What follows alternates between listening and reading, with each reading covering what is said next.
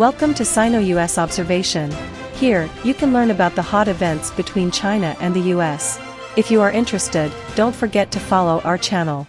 According to data, in the first 7 months of this year, the total value of China's foreign trade import and export was 23.6 trillion yuan, a year-on-year increase of 10.4%. Among them, exports were 13.37 trillion yuan, a year-on-year increase of 14.7%. Imports were 10.23 trillion yuan, a year-on-year increase of 5.3%. China's imports and exports to ASEAN, the European Union and the United States were 3.53 trillion yuan, 3.23 trillion yuan and 2.93 trillion yuan respectively, up 13.2%, 8.9% and 11.8% year-on-year respectively. ASEAN continues to be China's largest trading partner, accounting for 15% of China's total foreign trade. There are several reasons for the growth of China's foreign trade. First, the global economy is gradually recovering, and the demand for Chinese manufacturing is increasing. Second, China has now expanded the scope of cooperation, not only the Comprehensive Economic Partnership in the Asia-Pacific region, but also the Belt and Road Initiative, which is also of great help in opening up new markets. Therefore, under the background of the recovery of the European and American markets, coupled with the new market development and the strengthening of new trade exchanges, China's trade exports had a very bright performance in the first half of the year. The growth trend is expected to continue in the second half of the year. As long as the global economy recovers, demand for Chinese manufacturing will grow. Now the epidemic has not completely passed, but demand in many fields has increased. For example, telecommunications. China is the largest manufacturer of telecommunications equipment. Due to the current high energy prices, the demand for new energy tools is also growing. China is a major producer of new energy tools and has delivered a large number of electric vehicles to the world market. The export of electric vehicles has been a very important force in the first half of the year.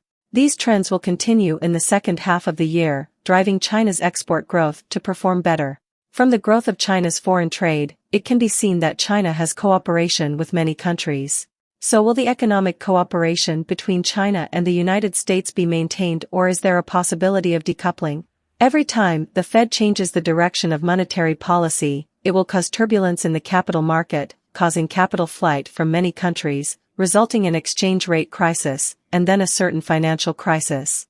The exchange rate crisis has caused many countries to have too much foreign debt and cannot repay their foreign debt. Many companies have borrowed too much foreign debt and their currencies have depreciated, further reducing their ability to repay their debts. The impact of the Fed's monetary policy change this time is not limited to developing countries or emerging economies. The devaluation of the Turkish lira is now even worse than the depreciation of the Indian rupee. But for some advanced economies, the danger is now too great, such as Japan. The depreciation of the yen and the fall in the yen's national debt have put the Japanese economy in a dilemma. It turns out that the depreciation of the yen is good for Japan's exports, but the sharp depreciation of the yen this time has caused a direct result of Japan's trade deficit. Because while the yen is depreciating, the prices of international commodities and energy are constantly rising. Japan is a country that lacks energy resources. It mainly imports these things from overseas for processing and re-export. The rise in the price of these commodities in dollars has made Japan's import prices of these products rise sharply. It is priced in yen when it is exported. Because the yen has depreciated, there is less profit in exchange. In this case, Japan the economy is also caught in a dilemma to some extent. What Japan should do now is to keep pace with US interest rates so that there will be no massive capital flight. But because its national debt level is too high, the ratio of Japan's national debt to GDP has now exceeded 260%. Japan also implements a particularly loose monetary policy, making its national debt interest rate close to zero, so that the heavy national debt will not be overwhelmed by the interest rate. If it were to raise interest rates like the Fed, it would not be able to cover the interest on such a large debt on its own. When the national budget is mainly used to pay interest, the fiscal capacity will be worse, and the fiscal means to restore economic growth will be even less. Therefore, the Japanese government did not dare to synchronize with the Federal Reserve and the monetary policy of the United States. However, if it is not synchronized, the consequences are also very bad. It also augurs badly for the European economy. The euro to US dollar exchange rate has recently fallen to a new all-time low, having traded above the USD in the past and below it recently. Under such circumstances, Europe faces severe income inflation, because buying these resources in the international market needs to be paid in US dollars. In the past, when the euro was strong, it could be bought very cheaply. Now these resources are more expensive in US dollars. Therefore, European countries also passively introduced imported inflation at this time. ECB policy is also difficult to deal with. If the interest rate is raised, inflation can be suppressed to a certain extent, but in turn, investment and consumption will be suppressed, and economic growth will also be affected, so there is a dilemma.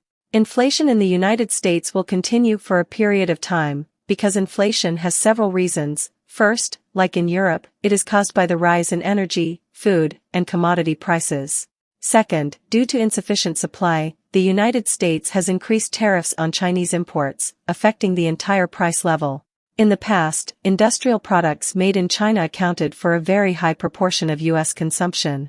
After tax is added, the cost will be automatically reflected in inflation and in the consumer's basket. The United States will also think of ways in the future. In fact, it has already thought of some ways. For example, Trump blacklisted many Chinese export products. After the Biden administration came to power, it has continuously removed some products from the blacklist, and no tariffs have been added, but there are still many Chinese products with tariffs. Treasury Secretary Yellen, who is in charge of the macroeconomy, advocates full liberalization.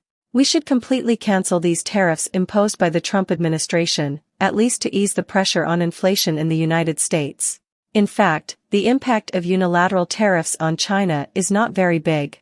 Some economists from New York University and the World Bank have made an assessment. The United States unilaterally increases tariffs on Chinese products, and who will bear the final result? They think 92% the consequences are all borne by American consumers and American importing companies, and only 8% are borne by Chinese exporting companies. Therefore, for China, even if the export cost increases by 8%, the burden on these companies is not too serious. But for U.S. consumers and U.S. inflation, it is very serious. The point of competition between China and the United States is more concentrated in the field of science and technology. The United States has begun to try to decouple from the Chinese economy.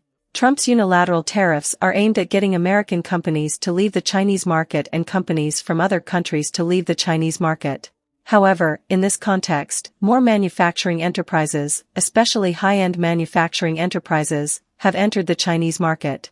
For example, chemical companies, biopharmaceutical companies, and some precision machine tool companies have begun to flood into China. The Chinese market is still very attractive. These foreign companies feel that they can find particularly good manufacturing labor in China, which can enable them to generate more added value, so they are very willing to enter the Chinese market. From this point of view, economic decoupling has basically failed, and trade has not been successful. Therefore, in my opinion, the economic decoupling between China and the United States is impossible. China has good manufacturing and labor, and the United States has many. All enterprises need this resource to develop, and similarly, China has also developed because of the entry of foreign enterprises.